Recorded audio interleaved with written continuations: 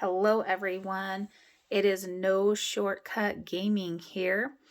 In today's video, I am going to go through the Super Nintendo games that I thoroughly enjoyed and loved playing as a kid and to this day.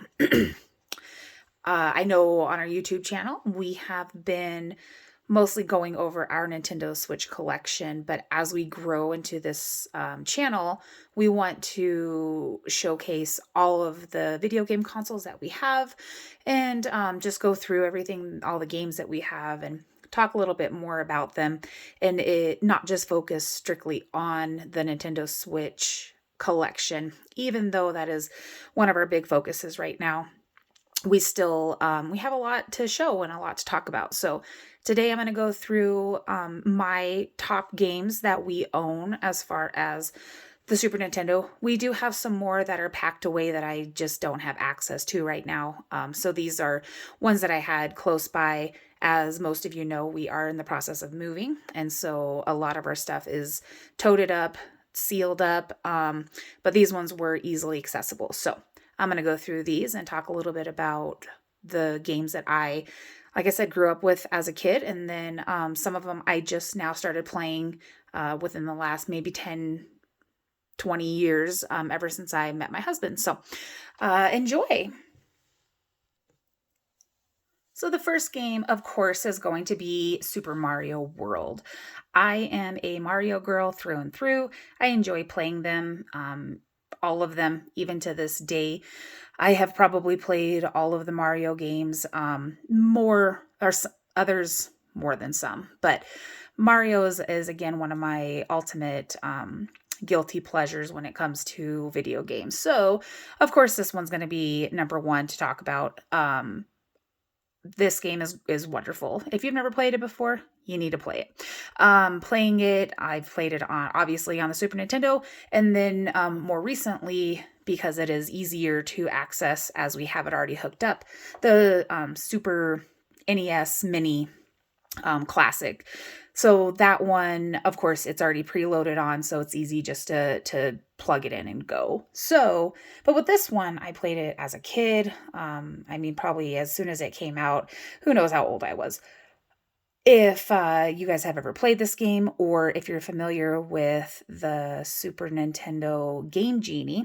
So the Game Genie was a cartridge you could add any game to, and then it had different cheat codes. So the cheat codes, of course, would get you through the game in whatever you chose. And if I'm not mistaken, it's been probably 25 years since I played a Game Genie. But if I'm not mistaken, I believe you once you choose the cheat code at the beginning of the game, you have to use that throughout the whole thing. I just remember there's an invisible one. So you would basically have a star and you could go through each of the worlds and never die because you would just kill everyone.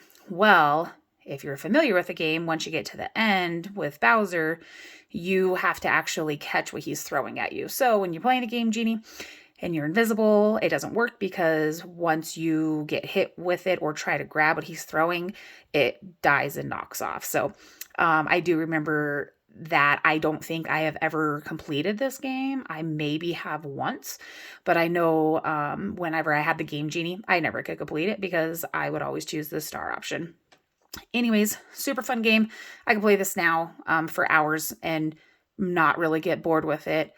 There's a lot of little secret areas you can get into. If you don't know a lot of the areas, just YouTube some of them and you'll find lots of videos on how to get to those secret areas where you can get like multiple amounts of lives, and it's just fun. Lots of fun. Next is Super Mario Kart. I enjoy all the Mario Karts up until, Mario Kart Deluxe 8. Lots of fun to do, lots of fun to play with, obviously, multiple people. I could play it by myself as well, but it is a lot of fun to play with more than one person or by yourself. I would say Super Mario Kart isn't my top favorite. It's probably on the lower bottom. I mean, I know it's, like the OG, but I think Mario Kart 64 is probably my favorite. But with the Super Nintendo, as we're going through these games, the Super Mario Kart is just still a lot of fun to play.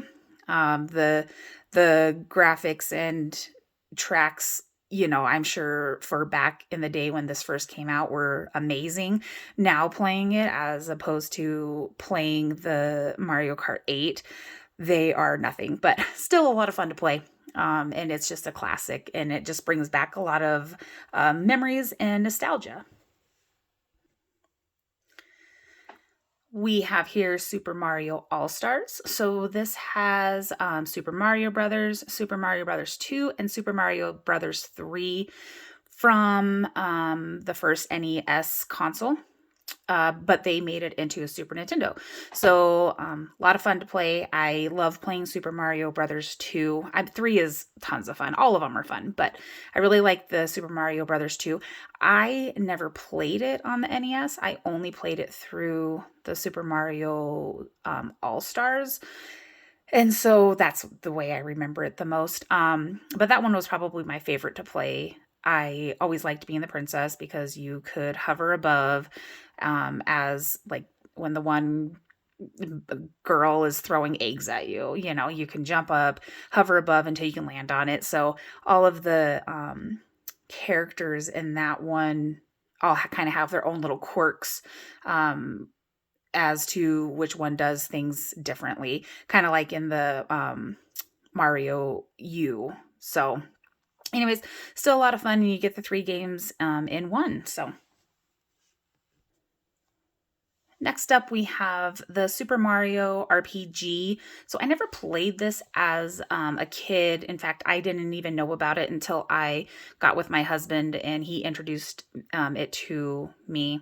I've only played it a few times. I haven't played it a whole bunch, but I know if I would have known about this game as a kid, I would have played it a lot. It is a lot of fun, and if you are... I like it because, you get the experience of the role-playing game with Mario, which, of course, I love Mario, so I think it is a lot of fun to play. Here we have Mario Paint. This is probably one of my biggest Mario guilty pleasures. If for those of you that have not played it, it is played on a mouse and mouse pad, and it has different like little things you can do in it. It's not necessarily a game, but you can color different pictures and whatnot. You can create games, or not, sorry. You can create music by basically inserting different sounds from Mario into a music sheet and then let it play along with the different tempo that you do. That's kind of been a big thing around social media, that people are playing Mario Paint to like popular songs. That's a lot of fun. The Fly Swatter game, oh my goodness, me and my dad would play that for hours. So much fun. Again, 100% guilty pleasure. 100% you don't beat the game. It's just there. It's just a time filler. But it is a lot of fun. I mean, we have, I think, 3 of these games, because I really do enjoy it, and I like getting it out and playing it sometimes. But I wanted to make sure we had a copy, and we had a playable copy. And when our kids get old enough to appreciate it, I want them to be able to play it. So if you have not played Mario Paint, definitely try to get your hands on it so you can play it.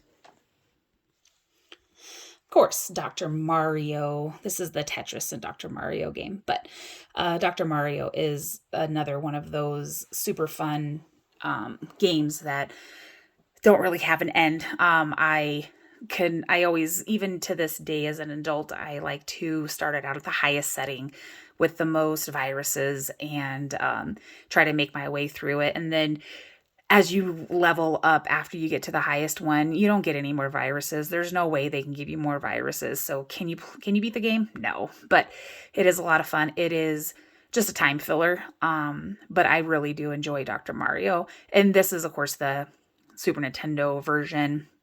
And then they have the first one came out on the NES, which is a lot of fun. And to close up all of the Mario games I selected first, Yoshi's Cookie was one that I, again, played hours with. Very similar to Dr. Mario in a way. You have to match up the cookies in order for them to disappear before you get too many.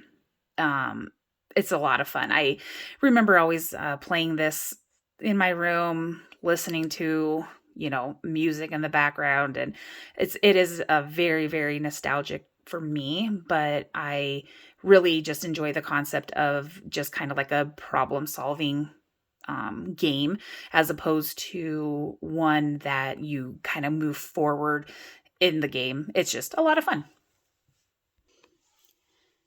Next, we have Donkey Kong. So these are all three of the Donkey Kong Country, Donkey Kong Country 2, and Donkey Kong Country 3. A lot of fun. I really like all the Donkey Kong games. Again, they're very similar to Mario. And I don't know which one I really like most. I probably played the most of Donkey Kong Country, the first one.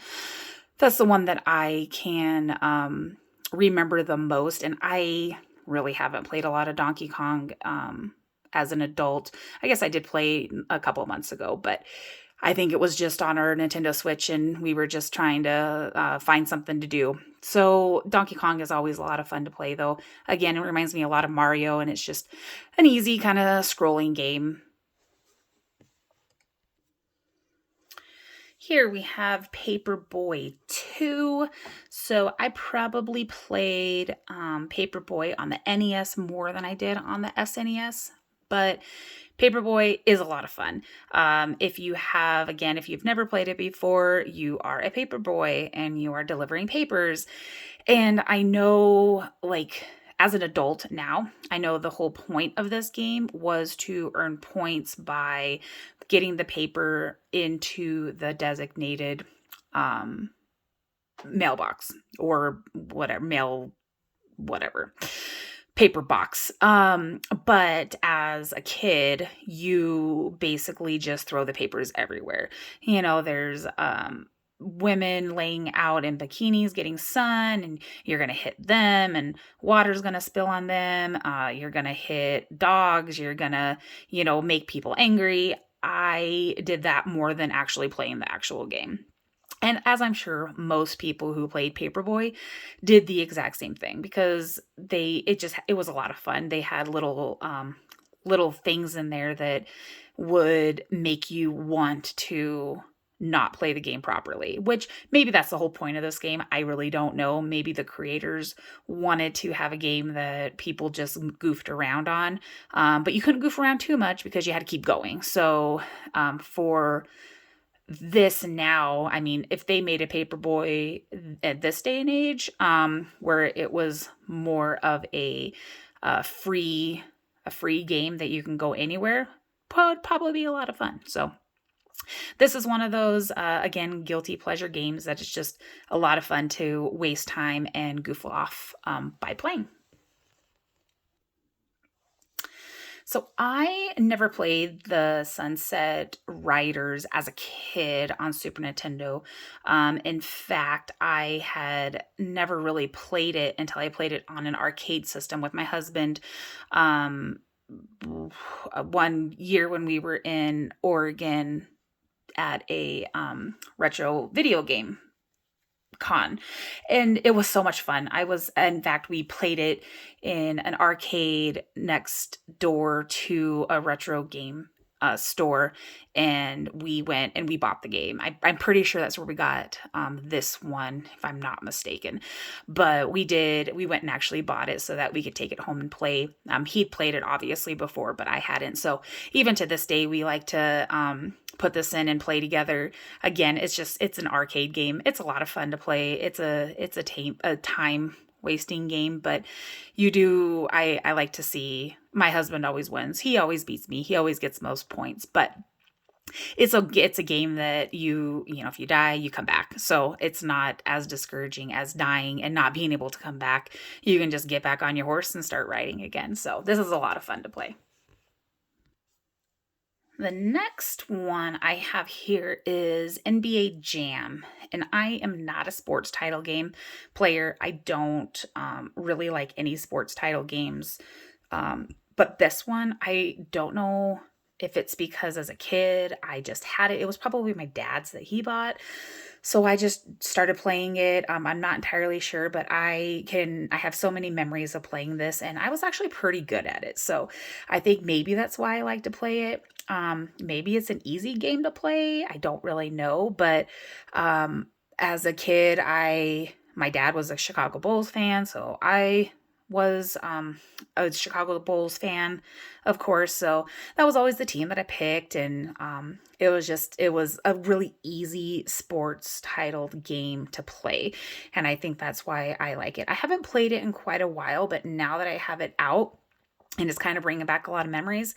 As soon as we get moved and get everything all put together, I might have to pull this one out and play a little bit, and maybe do a one-on-one with my husband and really see how good I was, or if I was just good against the computers and they were on easy mode.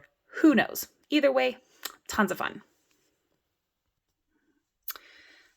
This one here is Ariel the Acrobat. This one, I played for hours and hours as a kid and as an adult, and I think that it still holds true to playing. It is a lot of fun. Again, it's a I don't know exactly, I guess, what it would be called, a scroll game, whatever, but you're going through and you're doing different stunts and you're just making it through each of the levels. So it is a lot of fun. Again, me, my dad, and stepmom, we would play it all the time. I'm not sure if it was my dad's game to begin with, but this was one that I remember playing all the time, and it was, yeah, just a lot of fun to play.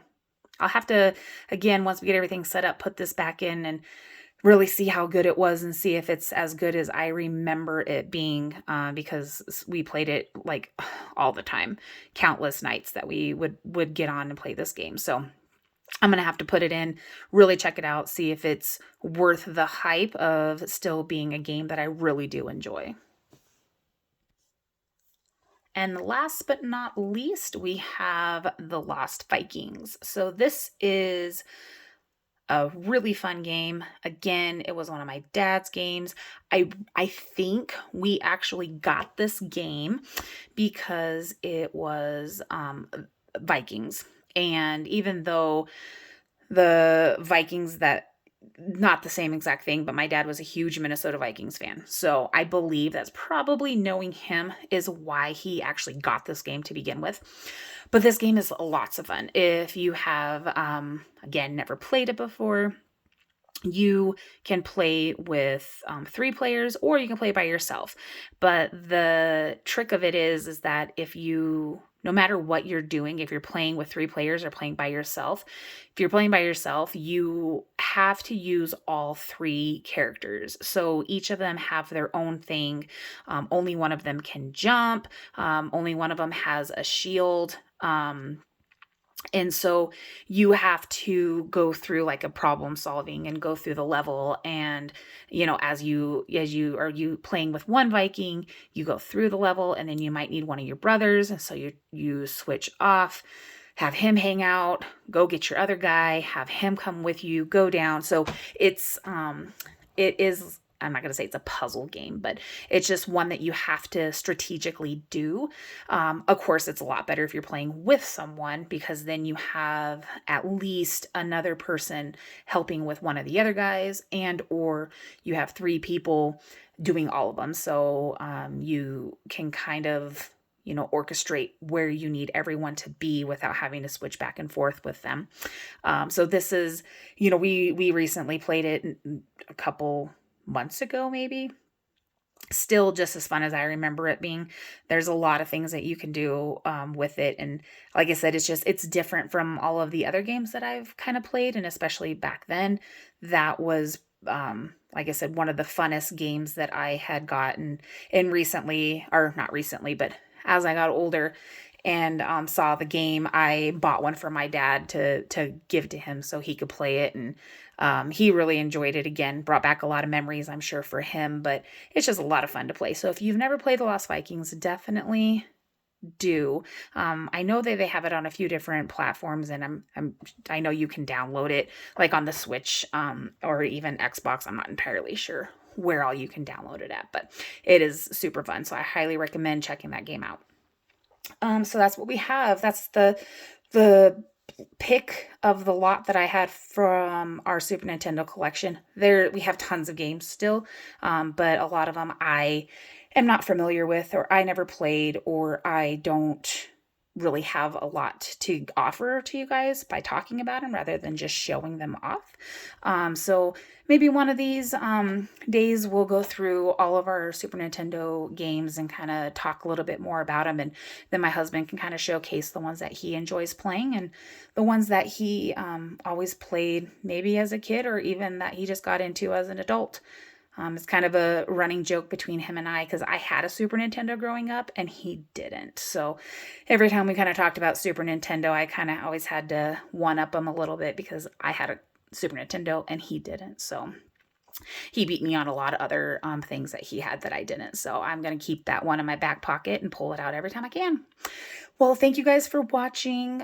We appreciate it. Be sure to like and subscribe. And definitely in the next upcoming weeks, keep an eye on our channel and watch as we get everything and grow our gaming room, put it all together. It's going to take a while, I'm sure, until we can figure out how we want it to look. And I'm sure we're going to move it around quite a few times to make sure we can have everything showcased. So be sure to be on the lookout for that as we go through the whole process. All right. Thanks again for watching.